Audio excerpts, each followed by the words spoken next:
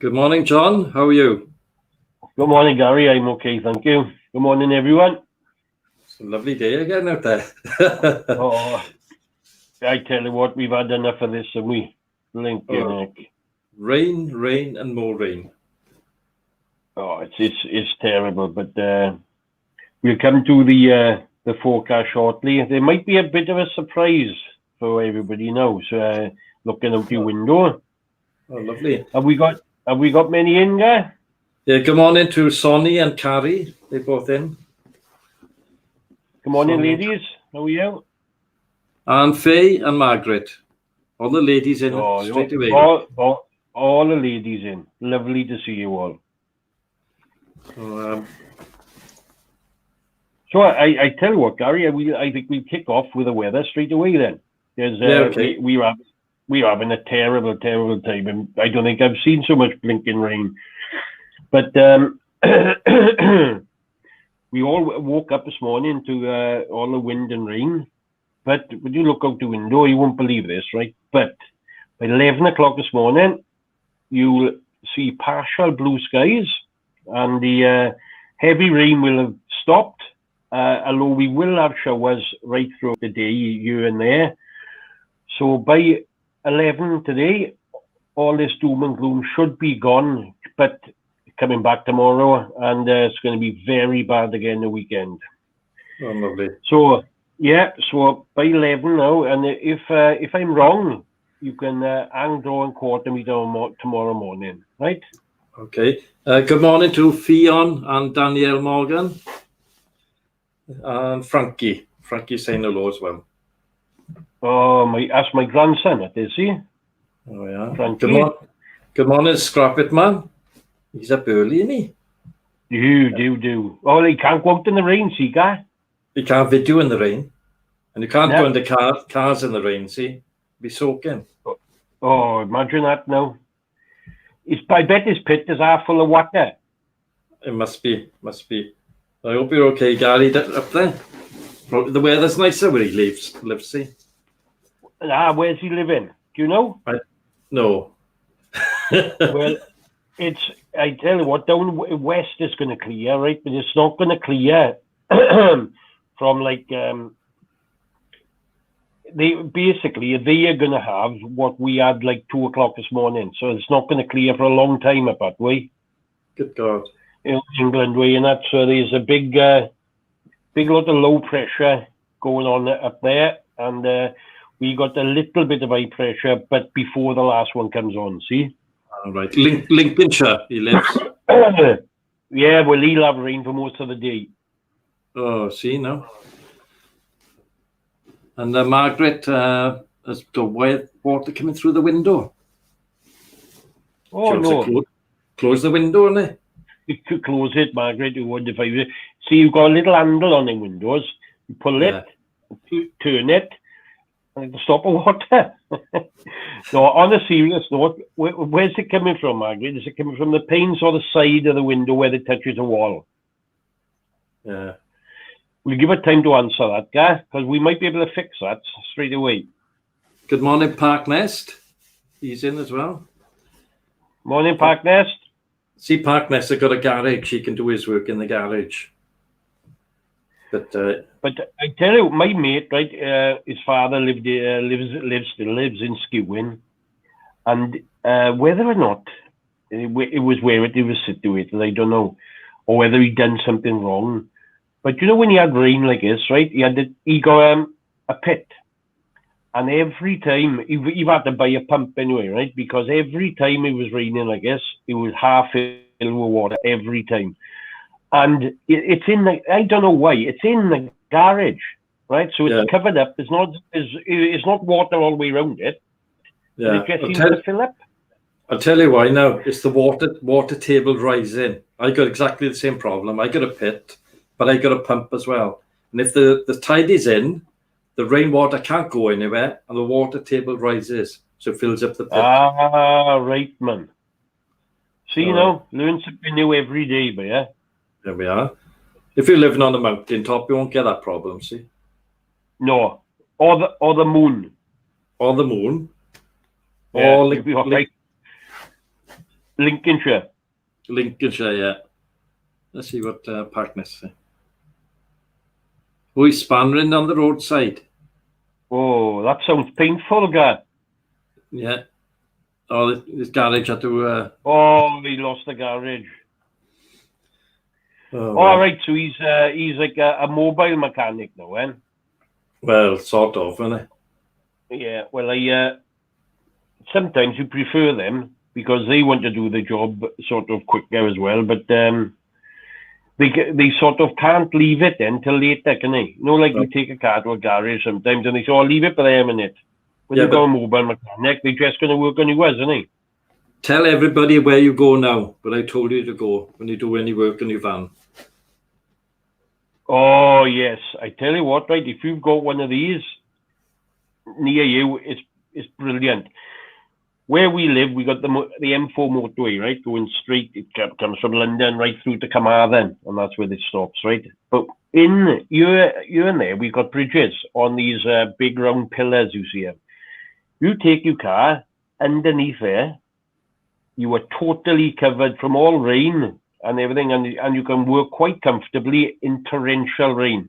Obviously, if you you'd have to work out the flow of the water on the floor, but I will always take my car up there now to have a when I'm doing it. Gary showed me, and it's safer because there's no cars coming past you. So if you're working on your car and it'll move, take it up underneath the motorway somewhere. Yeah, well, I've been doing it for years. And I didn't think of that. And me and Gary went up to try and sort my car out. And great place, fair play. Couldn't fix the car, but great place. Yeah, we just needed another mechanic with us. Well, that's all. Yeah. Oh, but yes, that's a good tip. That is, if you living near a motorway or even an A road or something like that, and they've got them pillars to have a bit of a bridge going across underneath there, right as rain. Yeah.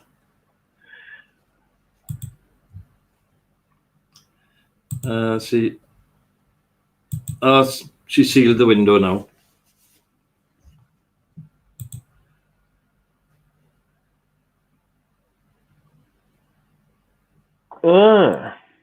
The glass itself, is it?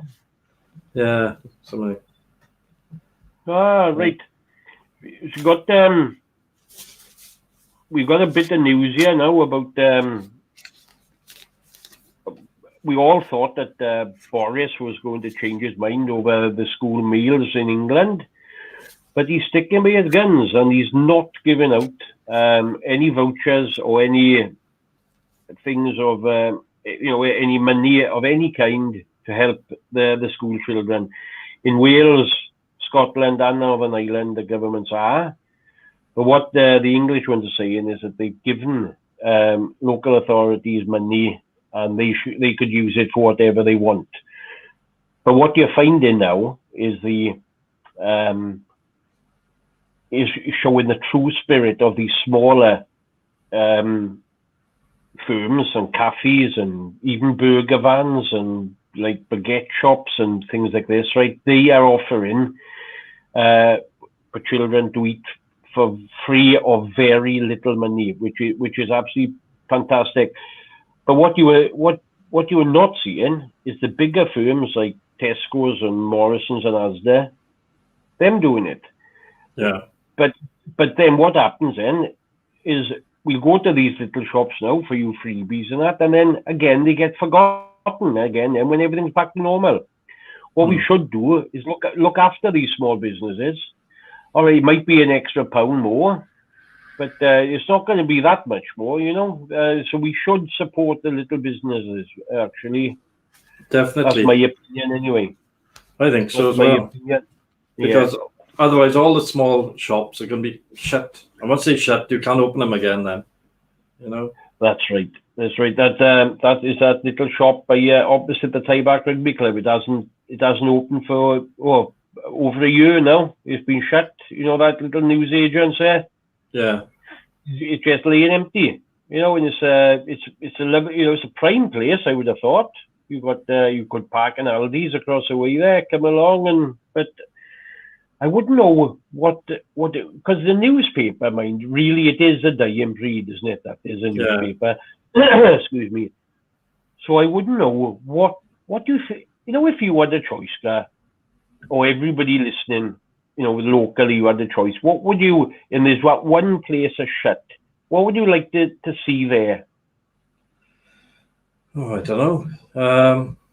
See, it's hard. When I thought, and it's when somebody asks you like that, you think, oh yeah, there should be much more things in Port Talbot or in Taibag.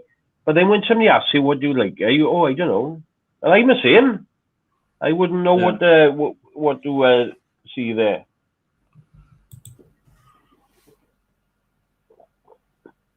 So I don't know.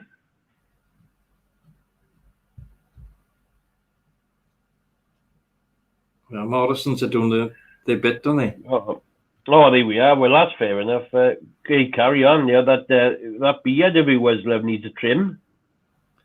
Yeah, I know. She's looking terrible, isn't she? She does. She's gone downhill a bit, guy. She's been up all night, see. Oh, that's all, is it? That's all right then. But, as long as that's all. Yeah, it looks a bit rough this morning. Fair play to her. Anyway, mobile networks are banned from now on from locking their phones. So when you go to a Tesco shop, whatever, and they got their mobile phones there, they can't lock them. Because, as you know, you can shop around, you can get a better deal sometimes, isn't it? Is that from immediate effect, Inga, or is it coming in? I think it's from immediate effect. I think so. Oh, well, that's good, because if we got an old phone, right, and you want it unlocked to, put another SIM card in, it's a bit of a job to get it done, Yeah. To do that. But if that's the case, that'll be great. Also, book sales are going through the roof during lockdown. People are sitting around and reading more, which is good, because I thought it would all go online, but there's nothing better than reading a book or a magazine. I much prefer it. Yeah, I much prefer it. I'm reading a book a minute. I'll have to get in touch with him. One of our viewers on here, he comes on sometimes, John Bams. He lent me a book. He lent me two, actually. But there's one book about... it's a true story mixed with fiction from the 1970s of UFO sightings down in Haverfordwest and that. Right, and it's really good. But I've heard of this before.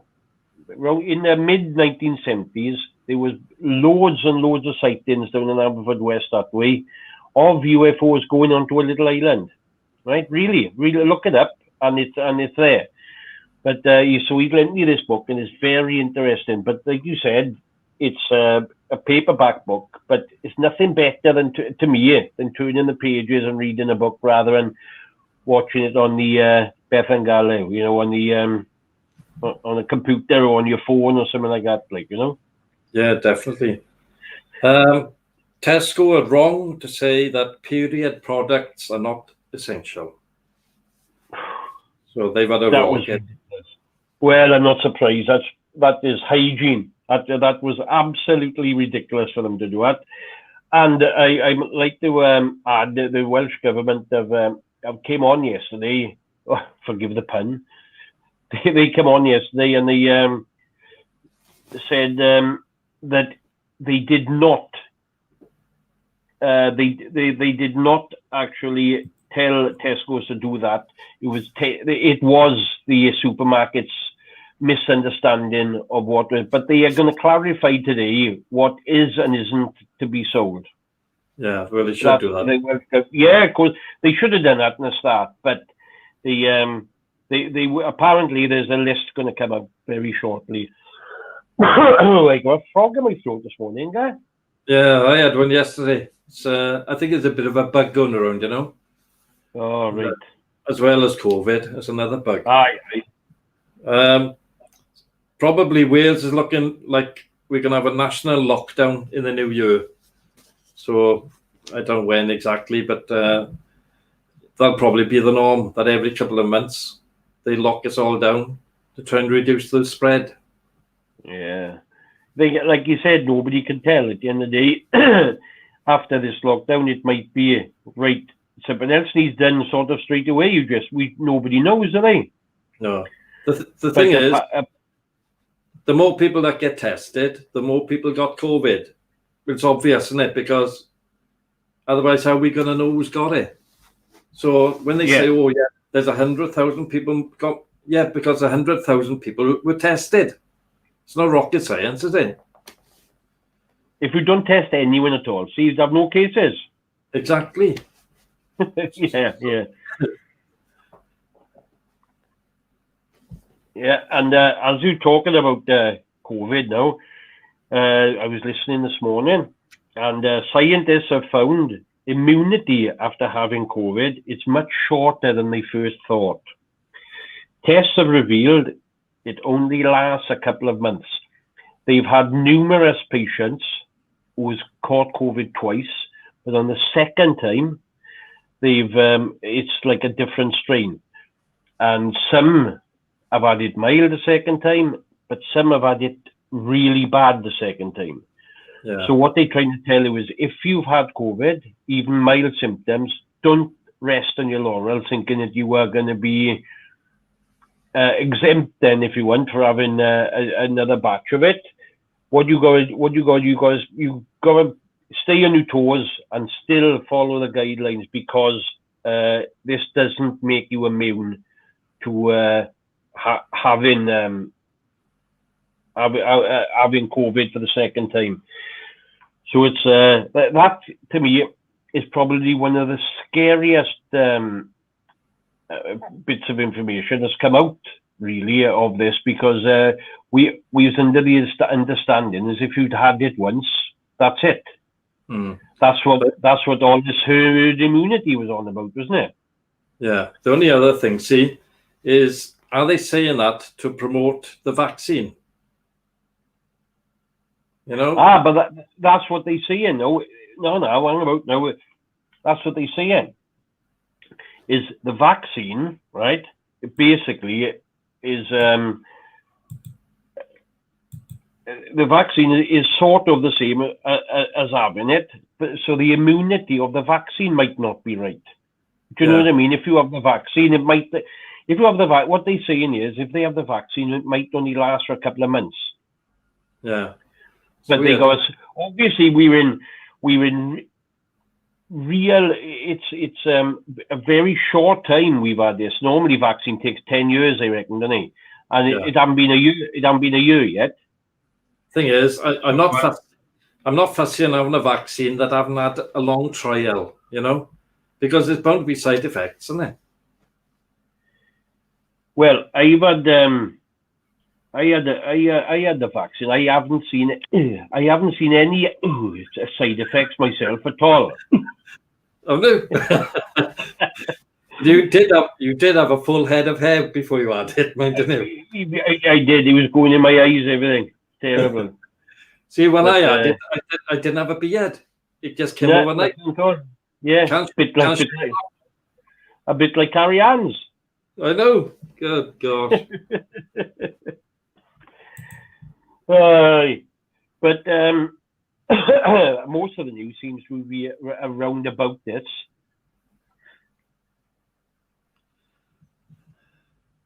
Yeah, you've got a point there, Carrie Ann, but what you'd have to do if you're going to shield the vulnerable is the people that are allowed to crack on, then they won't be able to come and visit them people. And you see what I mean? Like, I'm on on the vulnerable stage because of what I got wrong with me, right? So that would mean, let's say me and you were real, say, good friends, carry on. You would carry on normal, which is I agree with, but then you wouldn't be able to come and see me because I'd be shielding. But I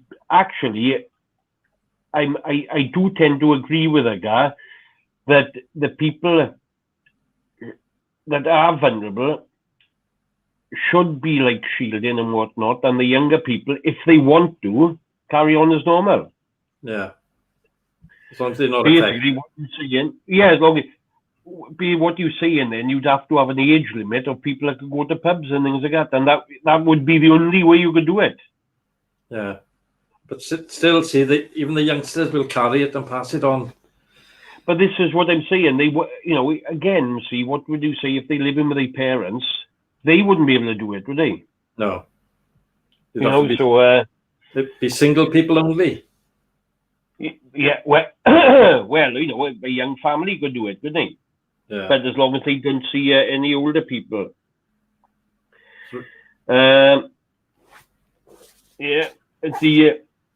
Also now we got, I don't, showing my ignorance. Where do we see, is it Parkness was from Lincolnshire?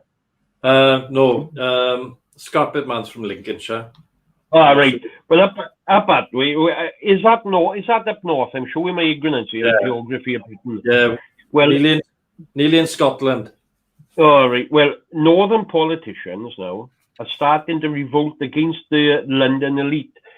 We've got more than 50 northern MPs are demanding parity with London, because there's more northern towns and cities are going into tier 3 shortly. Now, I can agree with this, right? Because the last lockdown, it was London was taking the brunt of it. And when London was taking the brunt of it, he shut the whole country down, right? Yeah. He shut down when London was having it really bad, he shut down England, Scotland, Ireland and Wales. But now it seems that London haven't got it so bad. So now he's just shutting cities in England. Now, I personally, this time, for the fortnight, and not longer, but for the fortnight, I think the Welsh government got it right? But to have this break thing. But what they seem to be, I don't know, but what it seems to be doing in England is if it was London had it bad, they could well have shut the country down. But because it's northern, they're doing it city by city. Yeah. Now, that's what it seems like to me. And it isn't right, because there's more northern towns and cities are going into tier 3 shortly. And it's not, I don't know where the cut-off point is. It obviously got below Birmingham probably, but I don't think there's any southern counties that are on tier 3. Yeah. I don't think so. So, so they are having a bit of a revolt up there, and not forgetting these northern towns and cities lent the Tories their vote this year, the last year, and that's what got Boris into power. And if he ignores them now, he is going to have a lot of trouble next time. Yeah, I think he wants something anyway. I personally don't think he'll stand as Prime Minister next time, because I don't think he'll get in and somebody else will stand in before him. That's what I think anyway. Yeah. You've had his, once you become Prime Minister, you're worth a fortune for the rest of your life, isn't it? Well, you're right, because you meetings. And... Yeah, you did right. But so he's where he is. But and it's only because of his personality that he is Prime Minister. Yeah, that's the only reason. Your video is stuttering a bit, John. Is it now? It is indeed. Oh, is that? Good morning to Dean Hannaford. Dean's in. Oh, morning, Dean. Yeah, you're all jerky. Like a robot. All right, I'll try to sort something out now. All right. So anyway, 6 traveller families have won the right to live on their own land. Newark-on-Trent, Nottinghamshire. The local council said it's a floodplain and you can't live on your own land and all this. But they went to the High Court and it's been squashed so that they can live there, which is good. So, John, you're looking better now. I've put my data on again. I have. Because what I should do is reset my Wi-Fi every morning, and I didn't do it this morning. Morning, Paul Coventry. How are things, Paul? Oh, morning, Paul. Out on the road, are you back? And morning, Andy. Andy's back with us. Yeah, I think Paul's driving, isn't he? Driving lorries. Yeah. Is he? What's the roads like out there, Paul? I bet they're bad, are they? There's, I think he drives 16 tonners, doesn't he? Oh, I don't know. I think he drives the real big ones. I think I wouldn't swear to it, but I was sure he drove the huge ones. Yeah. Mick Davenport. Good morning, Mick. Nice to see you morning, back. Mick. What do you talk about? News. Anything and everything. Anything you want to, Andy. You bring something up, and we'll try to chat along to it. We got do you know, Gary? We got a famous tree in Margam. Do you know that? Yes. Now, what we got, right, is it's locally known as the Chapter House tree in Margam Park. It's won the prestigious Tree of the Year award. It's a fern-leaf beech tree, and it has won £1,000, which will be spent to make sure its upkeep is top-notch. But what do you think about this? It's great. You know the tree. When you see the Chapter House, there's this massive tree. It's a beech tree, obviously, like I just said. And it's when you think about it, the amount of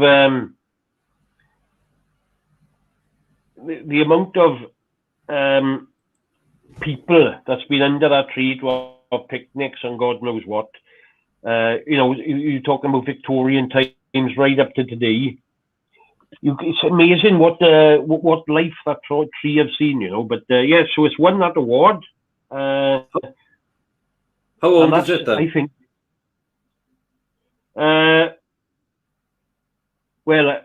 You put me on the spot there, but no. Yeah, it's 14. Research. I've researched it. He's 14 in 3 years, which makes it 306.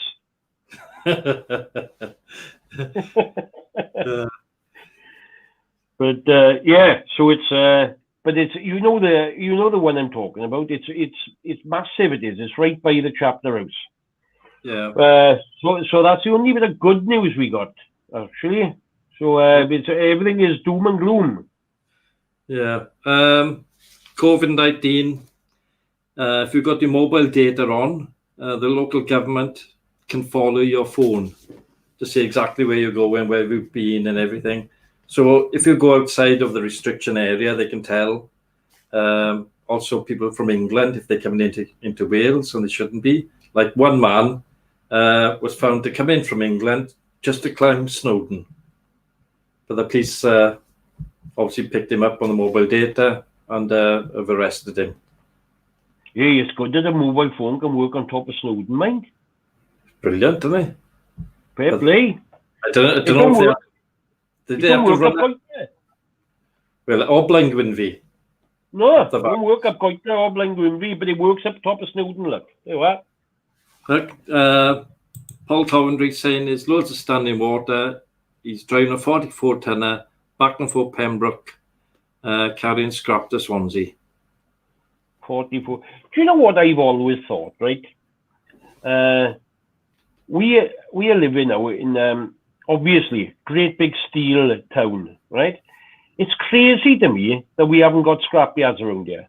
Well, I know we used to. We used to have loads, right? But why on earth do they get scrap from everywhere where, you know what I mean? And don't seem to be a business of a scrap dealer or like car breakers and that, and then they use that scrap there. We got one in Britain Ferry, and what's that one called? Sims, is it? But I don't know if they sell their scrap to British Steel. Yeah, it's mainly because of environmental health, because they used to drop the oil on the floor, didn't they? When they used to sell it. Right. That'll go into the water then, and they'd complaining. But that every end, it's got to go soon anyway, and that works, isn't it? At least, I think. Anyway, it's the coke ovens down there, see, it's falling to bits down there. I know. Yeah. When I was working down at coke ovens, right, and every oven was working and the Grange was working, right. But now apparently there's about a third of the ovens that have collapsed and they're not working them. This is where, right? This is where when you see that black smoke coming from the steelworks, but that's because they push in the coal too early. It's not it's early enough by the time, but because of the state of the ovens, it haven't had time to cook, basically, make the coal into coke, right? Yeah. And so, time-wise, oh yeah, they're right, but they don't think of that. See, they don't think then, right, to take a sample or whatever and say, well, it's not ready yet, and leave it in there longer. They do it still by 20 years ago, and they push it, and it's not ready. So all the filth comes out on us. Yeah. Cobbs have had a lot of trouble with it there. Now, my daughter, and I know Paul doesn't know this yet, I don't think. Anyway, my daughter has moved into Paul Street, right? Over a year ago now, right?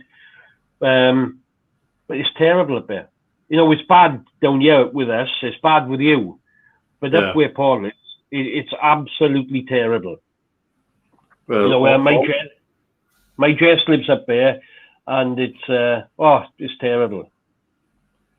You could see all the roofs, they've all gone yellow, haven't they? Yeah, I tell you where you can see a lot of it. You drive on the main road, the new road, and look over.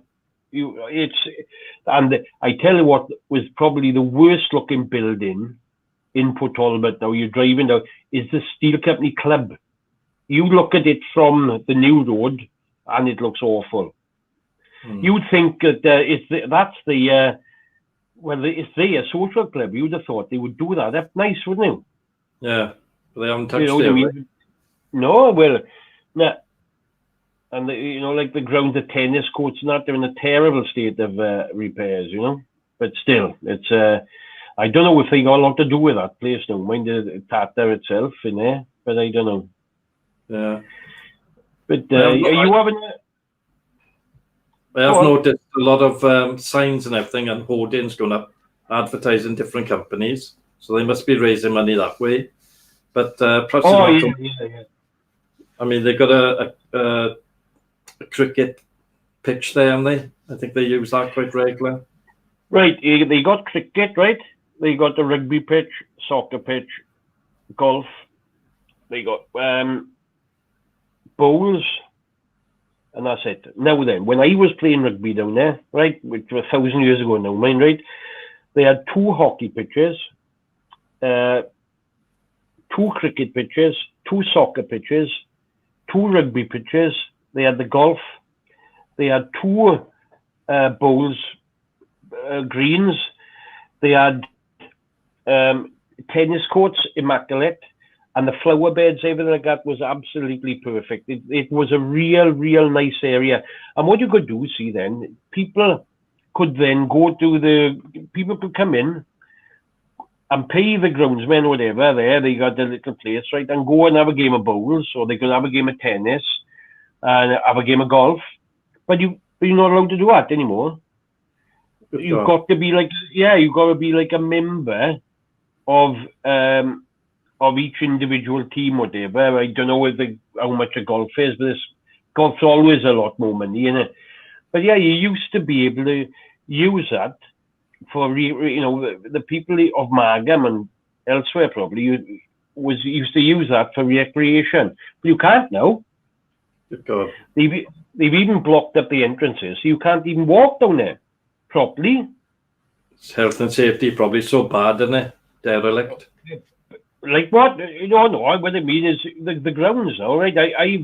I grew up here. I lived in Aberystwyth all my life, and we used to be over there all the time, And sometimes it's just a nice little walk, But the only way you can get down there's a little hole in the fence down by the park area of Aberystwyth, and the other way to get in is round the front way, and then they blocked in over the clubhouse.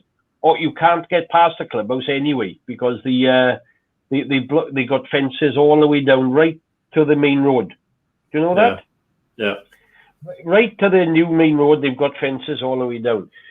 So they're not encouraging people to use it either. See, and you know, the same as everything. If it's nothing's being used, it's going to go into disrepair now. Yeah, definitely.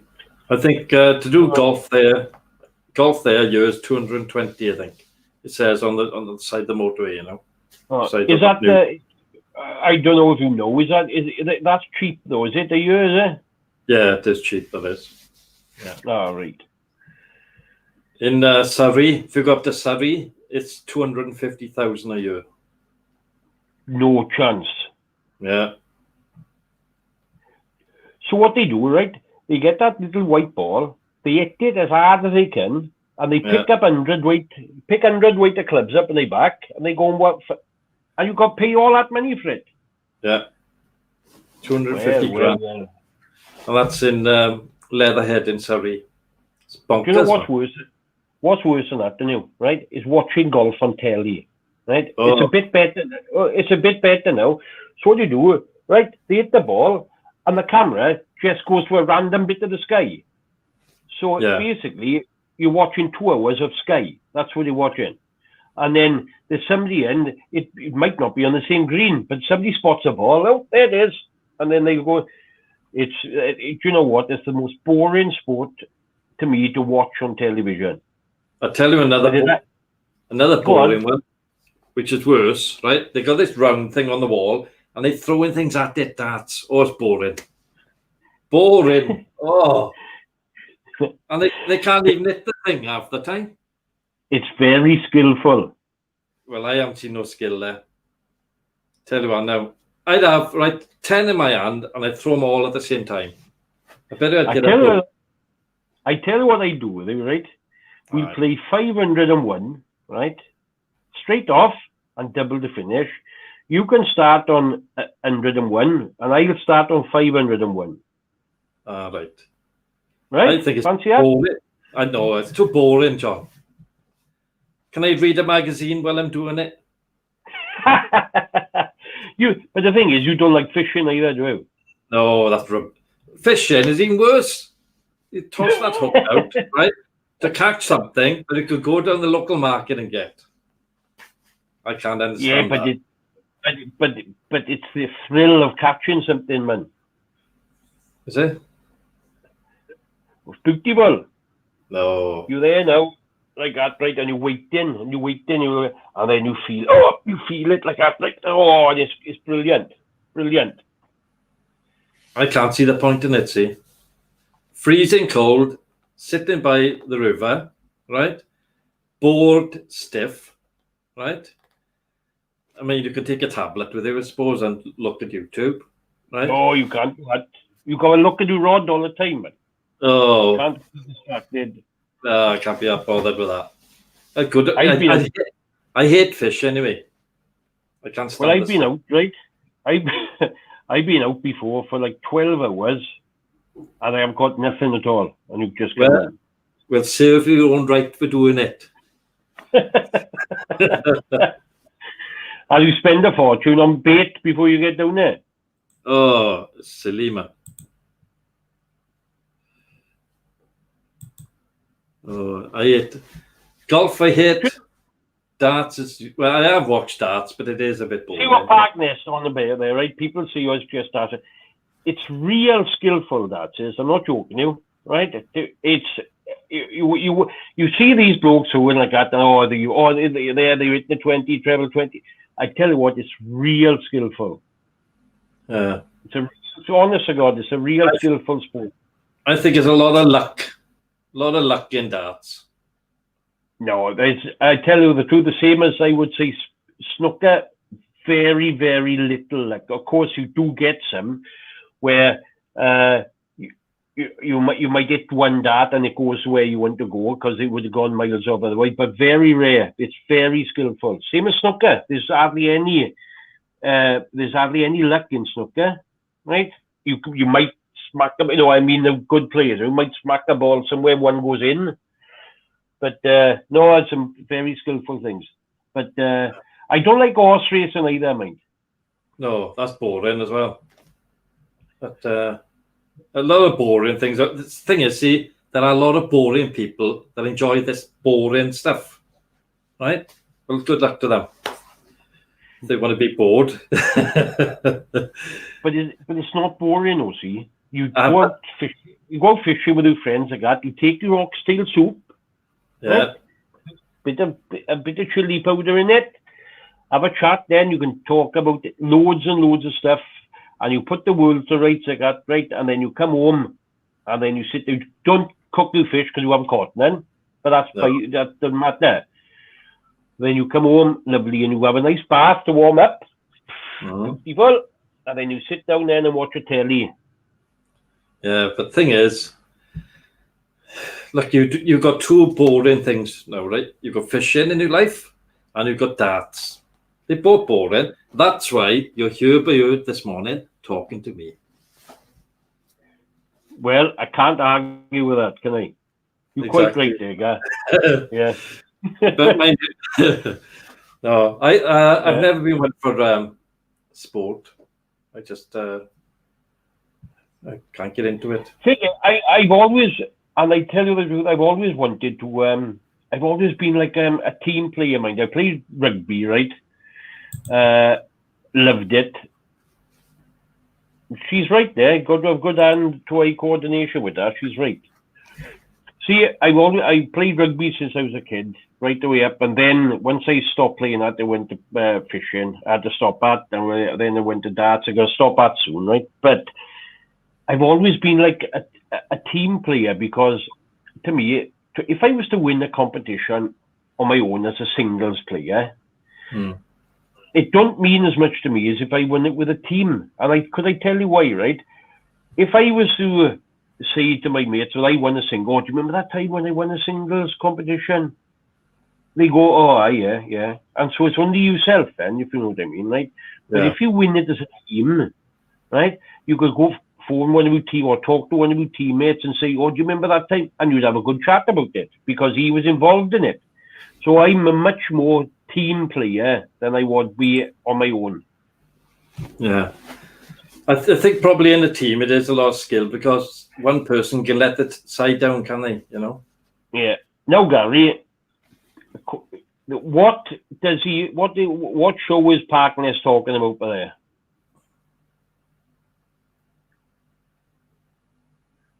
I have no idea. You know. So if I was to offer you, right, £50 to give me the answer to that, you wouldn't know what to do. Don't type it in. You know what you're doing. I've got a clue. Bullseye. Is it? Remember Jim Bowen? Sunday afternoon with Jim Bowen. Aye. That was one of his like catchphrases. See. Oh right. And mate of mine was on that. Was he? On Bullseye, yeah. Him and his mother. To get anything? He'd a good couple of £100, I think. They come second, like, so they didn't try for the prizes. Oh right. But like some of the prizes, they'd be in Derby or somewhere like that, right smack in the middle of the country, and they'd win a speedboat or something. See? Yeah, it's not much good, is it? Not really, you know. But what about? Isn't there a darts player in Margam somewhere? He's always on telly, young lad. One of the Welsh darts people. I'm sure he's from around here somewhere. Don't know him, do. No, the only one Welsh bloke that's on telly all the time from Newport is Gerwyn Price. He used to play rugby for the Newport way up there, and he plays. I think I wouldn't swear to it, but he's not far off #1 in the world now. Him. Good gosh. Oh, and there's a lot of money in it, Garth. You can make it, boy. There's a lot of money in darts now. Yeah, I've seen that. Is it Dutch bloke, bald-headed Dutch bloke? He's been playing, hasn't he? Yeah, Van Gerwen. Aye, he's very good. He's a very good player. See, but he's a millionaire. See, 2 times over now. Good gosh. I do watch it. I do watch it. I'm only pulling your leg. I do watch Oh, all right. the So, which leg are you pulling? This one? Yeah, that's the one. I got that one. Oh, well, here we are. Right, well, it's turned out to be a bit of a longer show than yesterday. But, Yeah. you know, I have to go. I have to go do a bit of shopping lately. Now, we have a quick look out the window. Nope, still all grey. So I was, so I might be a bit wrong by 11 o'clock. Oh, he's a big bloke, right? Number 2, is he? But yeah, he's a massive. You could see he's still really muscular, like, you know, that Geru in Price. Michael But, Pullman. Good evening. Pullman. Good evening to Michael Pullman. He's in Australia. Australia, is he? Yeah. Oh, Michael, how are you doing? We've just decided to do a morning show for this 2 weeks and see how it goes. Because it's so boring otherwise, isn't it?